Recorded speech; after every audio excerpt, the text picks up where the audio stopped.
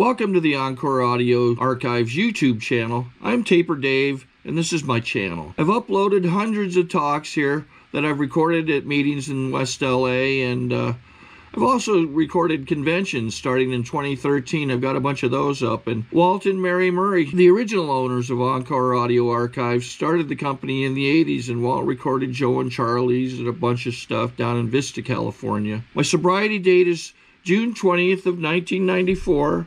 I hope you find something you like, so please like and subscribe to my channel and comment down below. If you want to hear something that I don't have or that you don't see, I'll see that I get it. Anyways, take care and have a great day if you want to.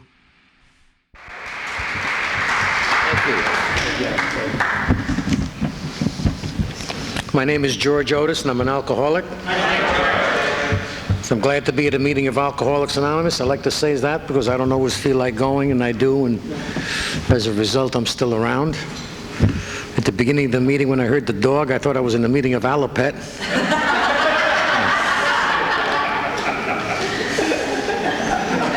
Don told me I could talk as long as it took me to get here. The traffic was heavy. I'll try to finish by 11 or 11:30 if I can. A couple of months ago, I was out in the valley where I used to live on a couple of work-related calls, and about 7:45 when I got finished, I knew it was too late to get back to my regular meeting. So I stopped in at a meeting I used to go to once in a while some years ago, and the leader was a girl named Mary that I had seen get sober about 10 or 12 years ago. And towards the end of the participation, time was short, she spotted me, and she said, "Can we have a quickie from George O?" And I looked at her and said, "You want a quickie from me, honey? You're about 30 years too late."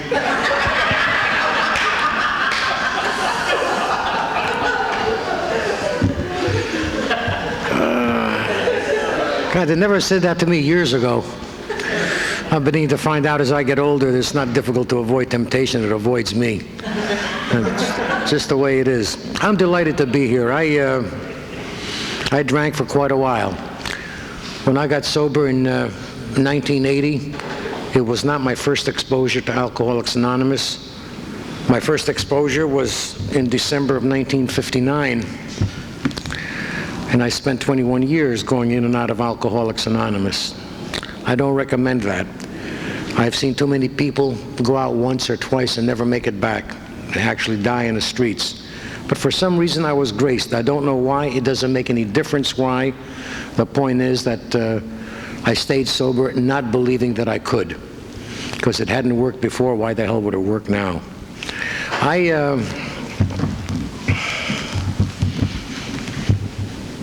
was a dedicated drunk. Now, if you're from back east, from upstate New York, when you have some heavy blizzards, let me tell you something, it never stopped me from going out and getting a bottle. I don't care what the weather was like. I always managed to go out and get what I needed. And when I was in Greece some years ago, I heard something in Greek. And usually when you translate something into a different language, it loses some of its meaning. This is something that you can translate and not lose any of the meaning. And the old saying that I heard in Greek was, "The church is near, but the road is slippery. The tavern is far, but I will walk very carefully." You know. And that's dedication to me. I would go to any lengths to drink.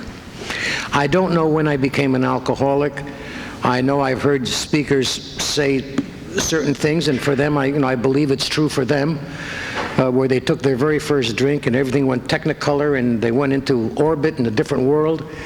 It wasn't that way with me.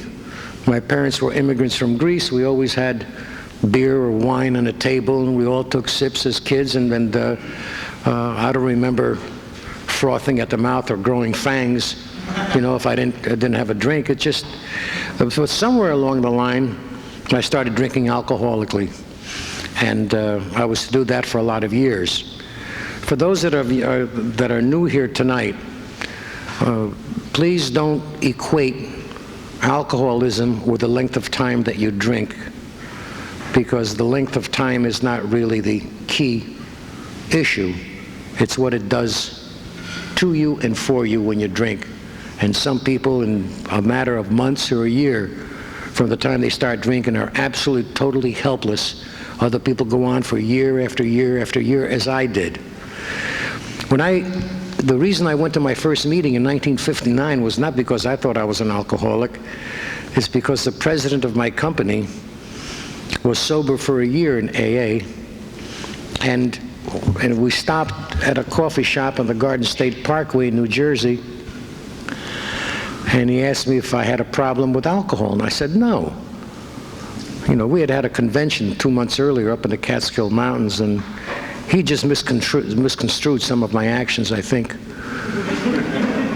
And when I said no, I didn't have a problem with alcohol, he didn't say very much. He just pulled out the 20 questions. And if you're anything like me, and someone who has absolute and total control of your economic destiny wants you to answer questions, you're going to stop and analyze what kind of an answer would please this person. So I lied and said yes to 17 out of the 20 questions. And at that time, it was a lie as far as I was concerned. If I'd answered honestly, it could have been 1 or 2, maybe. I don't think 3. And he took me to my very, very first meeting in Newton, New Jersey. And it was upstairs on the 2nd floor. I thought I had walked into a geriatric ward. The people were at least in their 50s and 60s. A lot of them were bald. I had hair then. And a lot of them were wearing dentures, and at that time I had my own teeth. And some old crone got up at the podium to share, and she had greasy, matted hair, one tooth sticking up from the bottom of her gum, and there was spittle flying out as she spoke. And she said, "If you want what we have," and she had nothing that I wanted. You know. But that was my introduction. But I'll tell you, I took one thing home with me that night. I heard something that I thought was one of the most intellectually indefensible statements I had ever heard in my life, because they talked about the progression of alcoholism. And they said that even if you stop for a period of time, when you go back to drinking in a short period of time, you will not only be as bad off as you were before, you'll even be worse. And I could not connect that. How could it possibly get worse when you don't drink? On top of that, I was a periodic at the time. I was concentrating on my career. I'd go 2 or 3 months without a drink. Then I'd hit some heavy weekends. But gradually, over a period of time, the weekends got closer and closer until I was drinking every weekend. So I had to sit down and analyze my definition of alcoholism. So I said, if I drank during the week, then I know I'd have a problem with alcohol and I would do something about it. And the time came when I'm drinking in the evenings. So I had to sit down and redefine my understanding of alcoholism. Now, if I drank during the day, now I know I would have a problem. And one day I'm in our office in Chicago. It was about 3 o'clock in the afternoon. And the local manager said, we got finished early that day. He said, "George, let's go out and hoist a couple." And I looked at him. I said, "Bill, my God, it's not even 5 o'clock. And he gave me the magic answer that I'm sure most of you have heard when he said, "George, it's got to be 5 o'clock someplace in the world." And you know, it made sense to me. So I said, I was drinking in the afternoon, so I had to stop and redefine alcoholism. I said, well, if I drank in the mornings, then I know I'd have a problem and I would have to do something about it. And one day I had to buy a new briefcase. Now I could buy an attaché case 1 inch thick, which was more than adequate to carry what I had to carry. But Samsonite puts one out that's 5.5 inches thick. And in this one here, I could put 2 pint bottles of vodka on the bottom and cover it with paperwork. And then I would go in the office in the morning and have the girl, I had a huge coffee mug. I said, bring me some coffee, but not too much, you know, about that much, because caffeine makes me jittery. You know, and she'd bring it in and I'd be pouring it in on top of the coffee. And now I'm drinking in the morning, so once again I had to sit down and redefine my understanding of alcoholism. And I said, if I drink when I first get up in the morning, then I know I'd have a problem. And by this time I was living out in the Woodland Hills, and I found myself at 10 minutes to 6 in the morning outside of Babe's Bar on Ventura Boulevard, waiting for it to open and wondering what the hell the rest of the people are doing there so early in the morning. And go in and play the regular games that, the bartender knows you by name. Do you want the usual, George? Well, I don't know if I'm really up to it today. Well, yeah, just one. And one for me was a double vodka and a beer back just to get my heart beating so I could go out and face the world. So now I'm drinking when I first get up in the morning, so I just threw the damn clock away. Didn't make any difference anymore. But that was the story of my progression in alcoholism, from a periodic to a weekend to a weeknight to weekdays to mornings to where you first get up in the morning. And paid the price all the way. I became quite successful in the career that I had gotten involved in, but eventually I started losing everything. I got a reputation as a lush, because finally I couldn't control it during the day anymore. Now, the next to last time I was hospitalized in detox, it was on Riverside Drive in Studio City. And it was about 10:30 in the morning, and I was scheduled to be released about 12 o'clock. And I'm lying in bed, and I'm saying to myself, I will never, ever again put myself in this position. And I was as sincere as any human being could be. Because I don't think there's a more sincere prayer in the world than a prayer of an alcoholic who's full of remorse and guilt. And that's the way I felt. And I meant it with my whole heart and soul that I would never, ever again put myself in this position. And just before 12, I walked out of the front door of the hospital. If I'd have made a right turn, I would have been home in 2.5 blocks. I made a left turn and went down to the Players Bar, which was my favorite place, and ordered a double vodka and a beer back. Now, an hour and a half earlier, I was as sincere as any human being could be. I do not remember walking out the front door having a conscious thought, should I drink, should I not drink? I just automatically made a left turn and went down to the corner. And let me tell you, if you can identify with that, you are certainly in the right place here tonight. That's my story. The last time I was hospitalized, our dear friend Don here that asked me to come here to speak, I had seen this guy get sober in 1976 during one of my intermittent periods of dryness. And over the next 4 years, when I was intermittently drinking, he'd call me periodically to see how I was. He knew I was drinking. I never hid that. But my daughter called him one day and she said, "You got to help my father. He's dying." I'd been on the couch for a couple, 3 weeks. I couldn't get off the couch. I would drink and pass out and come to, and drink and pass out and come to. And that's where I was at. So he came over, and he and my daughter put me in that funny little car that he had at the time. It was funny, I'll tell you. It's just,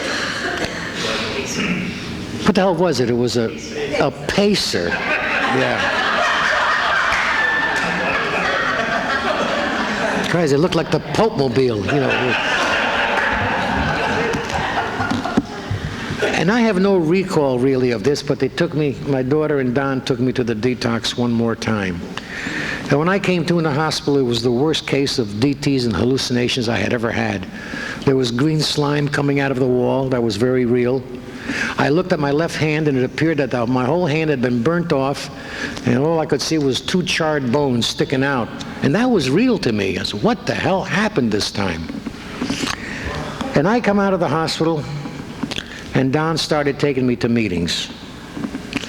Now, I did not have much faith in Alcoholics Anonymous. When you're in and out for 21 years, what in hell are they going to tell you that you haven't heard before?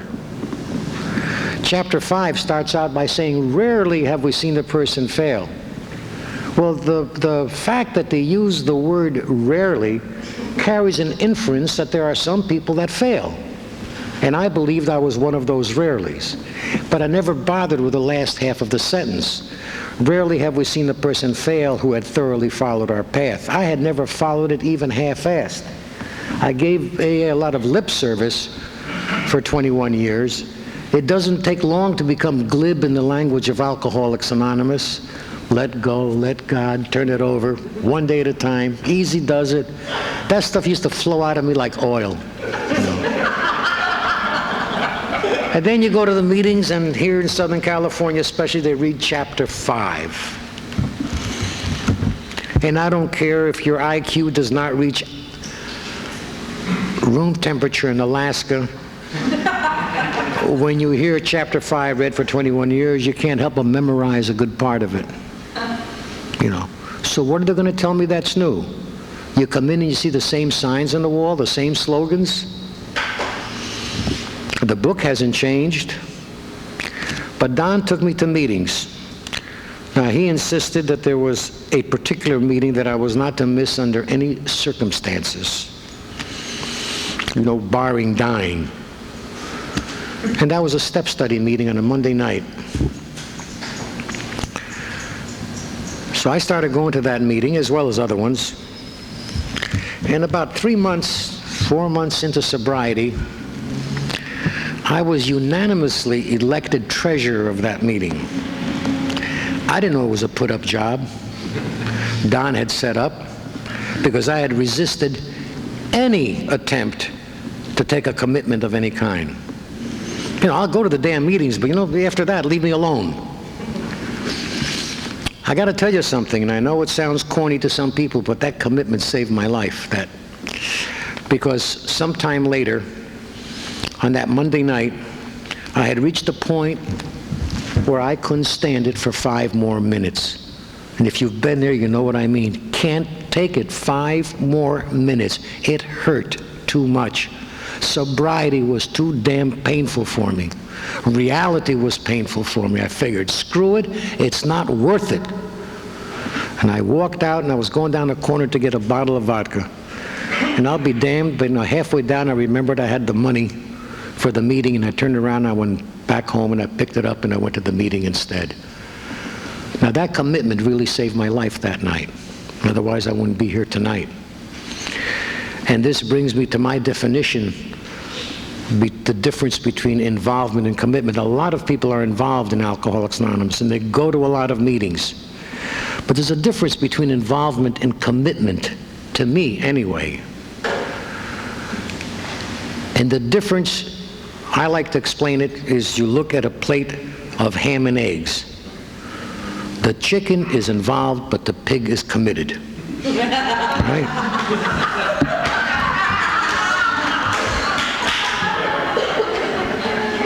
Now, to me, the commitment is not being the treasurer of that meeting. The commitment is not making the coffee or cleaning up after the meeting. My commitment is to have my body at that meeting, my regular meeting, no matter what. That secondary commitment of doing a service, whether it's making coffee, whether it's sweeping up, whatever it is, helps me to keep my initial commitment, which is the most critical one of all, which is to have my body in that meeting on a regular basis. Now, a lot of things I did resentfully in the beginning. I did unwillingly in the beginning. Didn't want to do them. But I did them against my better judgment at the time. And what happened, I had gone to a psychiatrist some years earlier, and the psychiatrist said to me, George, we're going to straighten out your head, and then we're going to point you in the right direction. I come into Alcoholics Anonymous, and they tell me something diametrically opposite. They said, we're going to point you in the right direction, and your head will follow. And see, this is what happened. I started doing these dumb, stupid things that I was asked to do. But in the process of doing them, a change was taking place that I wasn't even aware of. I don't know change until I look back to 6 months ago or a year ago and find out, where was I then, where am I today? And I know I've made some movement of some kind. But I wasn't aware of any changes while I'm going through the process. About 8 or 9 months into my sobriety, I was living in Studio City at the time. I said, I'm going to go to a meeting tonight, but damn it, I don't want to go any place where I know anyone. You ever get that feeling? You just want to go and be absolutely unknown and anonymous. Now, I lived in Studio City, which is the southeast corner of the valley. Now, the furthest point away is Chatsworth, which is the northwest corner of the valley. So I picked a meeting out of the book in Chatsworth, and I went up there. And I got as far as the front door, and I looked inside, and I saw what you see at so many meetings today. You see ladies talking with each other. They're talking about their kids. They're talking about fashions, whatever it is. The guys are talking about sports. They're talking about women. They're, whatever their fancy is at the moment. They're drinking coffee. They seem to be smiling. They're interrelating. They seem to be comfortable. And I looked in, and I saw this group of people. I said, Christ, I didn't feel that way. I said, I don't even belong here. What the hell am I doing here? I'm not like these people. There's really no hope for me. And I turned around. I was walking away. I was going to have a drink. And some guy spotted me. And he came out, and he put his arm around my shoulder, and he said, well, you're looking for a meeting? And the guy caught me by surprise, and I said yes before I could say no. He says, come on inside. He said, have a cup of coffee with us. That guy saved my life that night. And to this day, over 19 years later, when I go to a meeting, that's one of my regular meetings, where I know most of the people, I know their faces there, and I see a new face, I'll go up and I'll shake their hands and welcome them. They could be brand new, they could have 20 years, but I don't know. To me, they are a new face. I have never forgotten what that person did for me that night up in Chatsworth. Now, in going through the big book, there have been a lot of things that have happened over the last 19 years. My 7th year in particular was a difficult year. In about a 15-month period, my mother died, my father died, my kid sister died, my nephew committed suicide behind drugs. My sponsor at the time died because Don had moved over here, and I had a local guy up in the valley that I got to love very much also. And all of this thing, you know, that I'm saying, when the hell do I get mine? Where's all this happy, joyous, and free crap that I've been hearing about? You know, when's it going to let up on me? And I started isolating. Oh, and on top of that, after 33 years, my wife and I separated during the same period of time. And I'm running scared.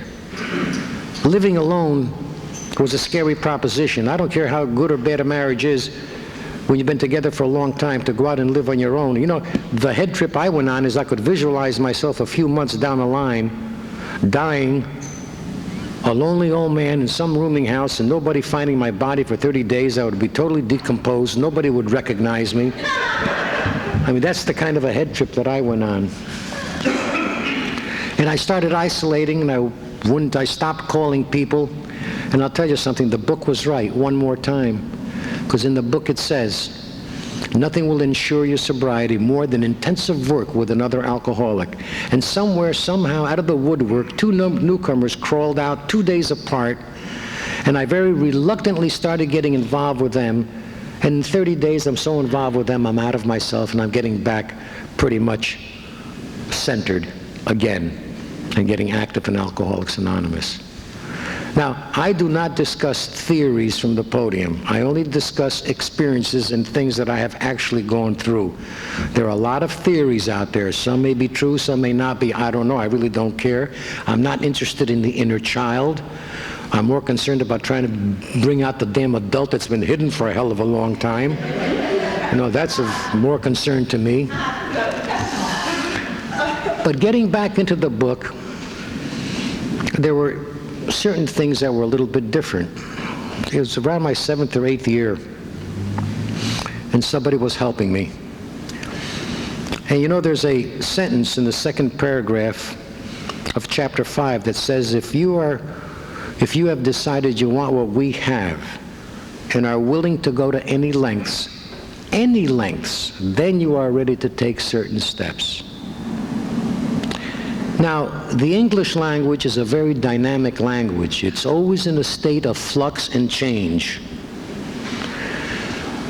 And when I was a kid back in the 30s, I used to get on the New York Central train and go to New York City about once a month to visit my aunt and to go to a place called the Gay Blades. Now, the word gay at that time meant happy and carefree. Today, it's almost used entirely with a homosexual context of some kind. The Gay Blades was a skating rink, for your information. All right. And so the word changed. Well, the word willing, I was asked to define it. Well, how do you define willing? And in my mind, I said, well, I would go ahead and do it. I won't place any impediments or any obstacles in my path. I'll just go ahead and do it. And he pulled down the Oxford Unabridged Dictionary from 1936, because we have to remember that the book was written in the late 30s. And one of the two prime definitions of the word willing at the time that Bill Wilson used it was gladly eager. Now, when you read that sentence in the context of what the word meant at the time it was written, that if you have decided you want what we have and are gladly eager to go to any lengths, then you are ready to take certain steps. That put AA in a whole different perspective in my mind. It was no longer punishment. It was no longer something I had to do for the rest of my life. It wasn't something that meant that I would have no joy in life. I would see no neon lights anymore. There would be no happiness. Everything would be dull and sober, you know. It took it out of the context of punishment. Gladly eager, that meant that I would go to any lengths not to have what I've had before, to put distance between myself and whatever it was like at that time. That made a very big difference in my involvement in Alcoholics Anonymous and my understanding of Alcoholics Anonymous. It did for me. It was quite a turning point. A number of things, other things have transpired. And incidentally, I don't want to leave you hanging. After being separated and divorced, I got remarried. And who did I marry? My ex-wife. But neither one of us was the same person we were a few years ago either. And it's worked out exceedingly well. I'm very grateful for that. Some years ago, I went to Europe on business, and I had to go to Greece, which was fine because I speak the language. And I was supposed to stay about 30 days. It turned out that I had to stay for a year. I was a little bit scared because, you know, I'm leaving my security blanket, which was my regular meetings over here. I picked up a copy of the International Directory, and there were 4 contact names there in Athens. So when I landed, I got on the phone, and on the 4th phone call, I connected with somebody named Peter, who said, yeah, there's a meeting tonight out at the American Air Base. So that's where I went. And I walked in. There were a dozen people in there that I had never met, and yet we knew each other. The same dumb slogans were on the wall. And I got to tell you, you cannot understand the feeling of security and warmth I felt walking into that room. And there were 3 meetings a week, 2 at the air base and 1 in downtown Athens. And they were all in English. There were no Greek-speaking meetings. And one night, my cousin, who's an orthodontist in Athens, was having a big party, and most of the people were professional people. They were doctors and dentists and lawyers and judges and business people. And I became acquainted with one of his friends, a medical doctor, a Greek psychiatrist, and we were having conversations, and after about the 2nd or 3rd time that they passed the tray around with the drinks, and I asked for a Perrier, Chris, the doctor, said to me, well, don't you drink? I said, well, no. And he said, what the hell kind of Greeks you got in America? Don't they drink? You know. And you know, what are you going to tell them? You know, if you give me a drink, I'll break out in a sudden drunk? So I explained Alcoholics Anonymous to him, and the only thing that Chris knew was a half a page that I had appeared in a Greek medical journal some few years earlier. Now, it turns out Chris is in charge of the Nut House in Athens.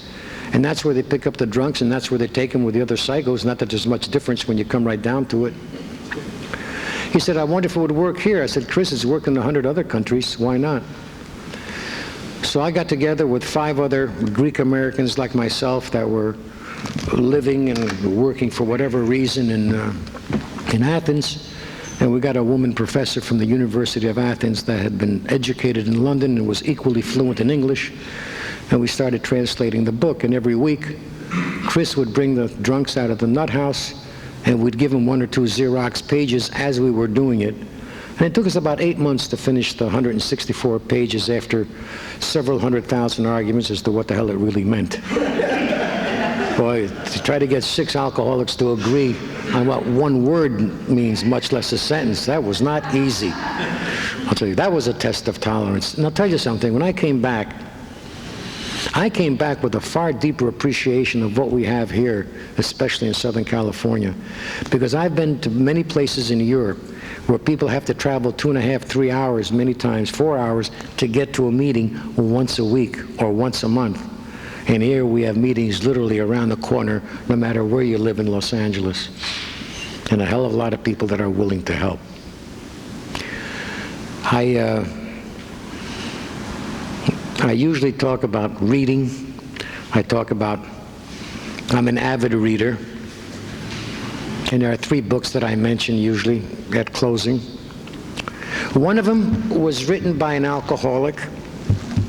And the only reason that I know that is because of his private letters that were published many, many years after his death. And I'm talking about Robert Louis Stevenson, when he wrote about his alcoholism and why he wrote Dr. Jekyll and Mr. Hyde. He was writing about himself.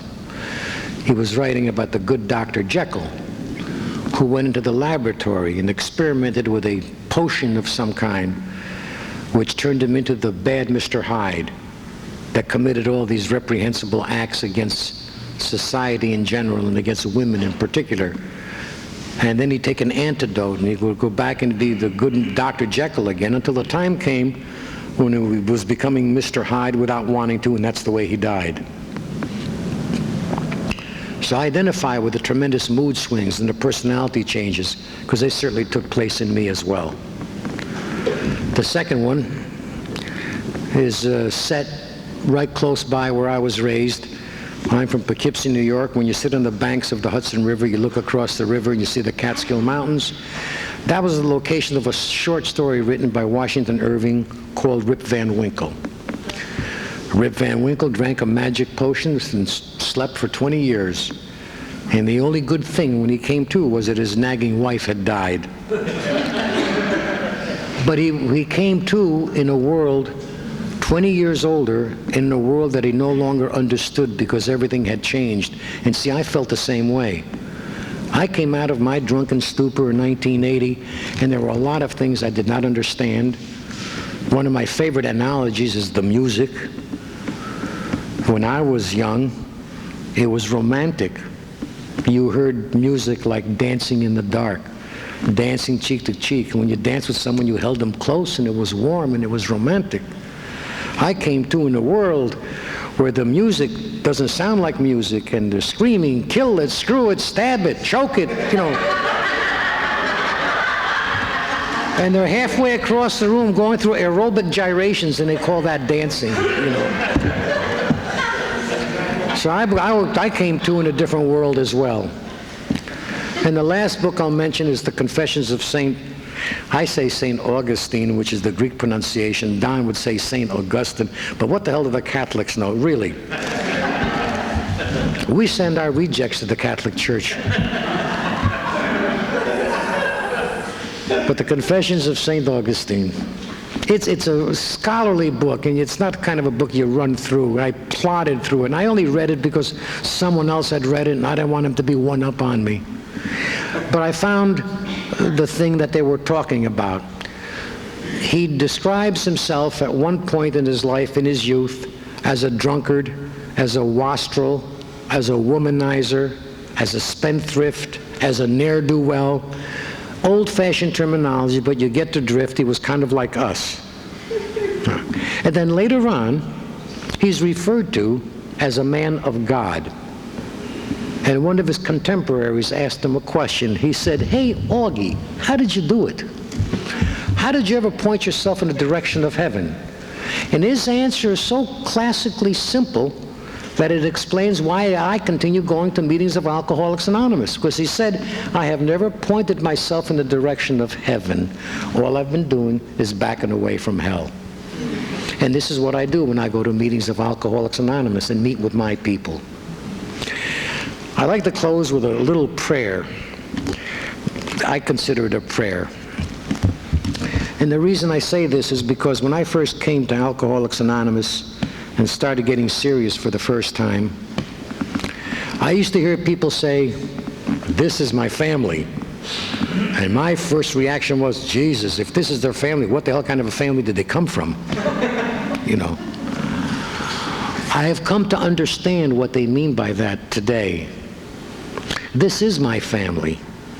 I feel closer to many people in Alcoholics Anonymous than I do to my own blood family. They understand me and I understand them. They accept me as I am, warts and all. And the prayer that I'm referring to is the prayer that they used to apply to sailors back in the days of sailing ships, when someone would leave their home port and they would be gone for 1 or 2 years before they returned back to their home port. And what they said is, we wish you fair winds and calm seas in a safe harbor. And after all these years of drinking and feeling alienated from the world, being part of a world that I didn't understand and certainly did not understand me, I came to Alcoholics Anonymous and I found a safe harbor here. And I hope and pray that you have as well. Thank you.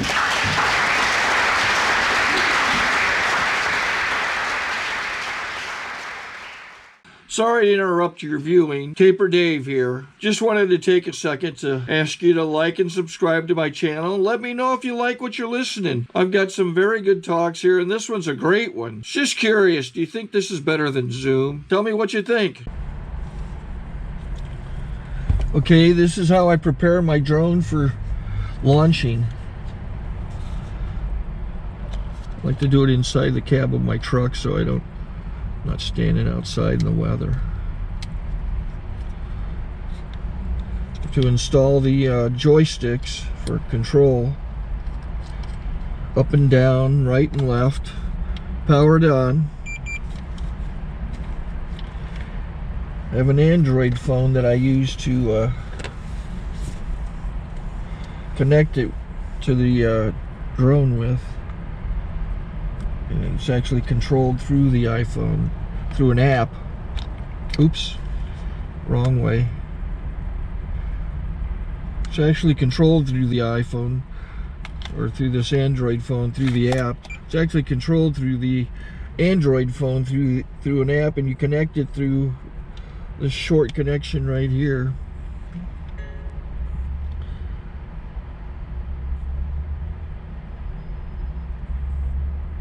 Remote control connected. Remote control's connected. So I pull out the drone. I have to extend the legs. Long legs extended first, then the short legs. Remove the gimbal protector. Set that aside, then power it on one short burst and one long burst. I lay it down. So I have to go to calibrate. So the drone's not connected yet. It shows you here as this drone gets disconnected, even though the remote's powered on. So the drone has to establish it's connected. So I go into the app to calibration mode. First I'll calibrate the remote controller. Start calibration. Out, in, oop, out, in, up, down, and then this little wheel is to control the gimbal. So it's calibrated. Go to gimbal calibration, start calibration, and then it calibrates the gimbal. I don't know if that shows up. The gimbal's moving all over the place. Changes, you can see it on the video. And I'm calibrated to take off. It's acquired 7 satellites at the moment. There are 26 satellites up in the sky, which it has to acquire before you can take off. So it's connected. It's got enough satellites. This is white. I can go to press this little arrow button. swipe right to take off, and it would start the motors if I slid this to the right, but I'll wait till I get outside. Don't want to do it inside.